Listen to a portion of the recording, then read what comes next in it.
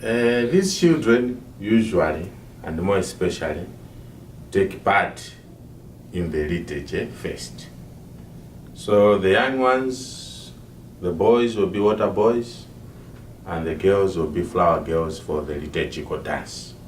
But apart from that, they also meet, pray together, do pieces of work. They will come like to the church, they have a choir. So on one Sunday in a month, that choir for the kids is given a chance to sing in church. Apart from that, they also pray together, visit fellow members who are sick, they will visit them in their homes. But fellow members who are not coming too for their meetings, they will go and visit and encourage them. So it's like kids growing up, helping each other to know and to grow in faith. So to know their faith and to grow in it. But also that spirit of sharing, that as they grow, they know some will have more than the others, and they grow and share together the little resources they have. So it's like young children helping each other to grow in faith, to live that faith, but also to learn to share what they have. And the children in the United States, the missionary children, do to help the children in your country? The very first thing would be to pray for them, because the challenges these kids are meeting maybe are far beyond our understanding. The education challenges, the farming, the care. So they are happy kids, yes, but they have a lot of needs too. So pray for them. That would be the first thing we would ask the children from the US to remember other children somewhere else who are not at peace, who have so many other challenges. But secondly also would be school materials. That would be the second thing. Encourage them in education. They go to school.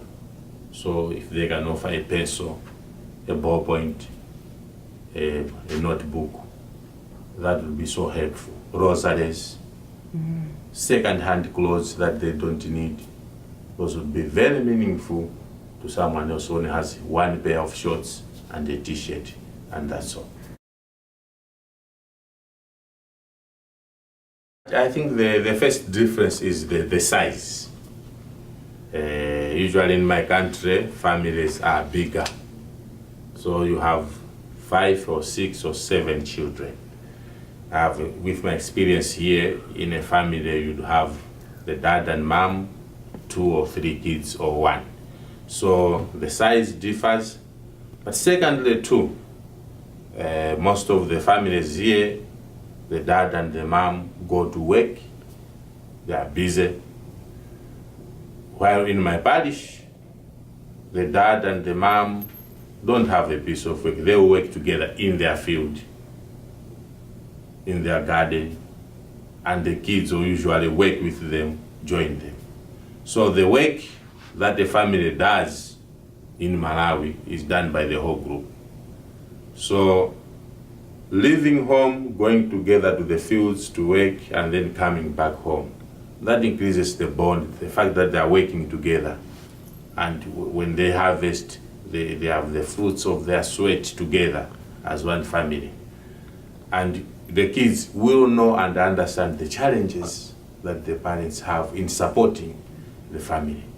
So that sometimes increases the spirit of understanding, sharing between the family. But that's one thing I've noted, that families here are smaller than our families. And secondly too is the life of the children. I grew up in a family of 7. We were 7. So 3 boys, 4 girls. The boys will have one room. That's where you sleep, on a mat, the same mat. The girls have another room, if you are fortunate. And then for the clothes, you share whatever clothes are there, especially if you are boys that come one after the other. It means my pair of shorts will fit my brother. You wake up late in the morning, you find your brother's taken your pair of shorts and t-shirt has gone. So that spirit of sharing too among the kids is there. You don't have like things of your own and you say this is mine just for me. So that's the other thing in the family. And we have this idea of extended family. So your cousins, your brothers, and you are all just like one team. Sure, Christmas is a moment of joy. Families will prepare, especially the kids at church. You have the group of the flower girls, we call them St. Teresa kids, and the altar boys. These will prepare first day for the liturgy. So they will do practices, especially in the dancing, for the liturgical dance. But also they will prepare like for a party. Now for that party, it's not that they will get money from their parents. They will do pieces of work as a group, especially weeding in the fields. When they get the money, they keep it.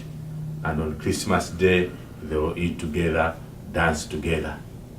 Especially in the village, what happens usually is you expect some gift from the parents in form of clothes. If your parents are well to do, they'll buy you some clothes. So on Christmas, that's the time you put on new clothes.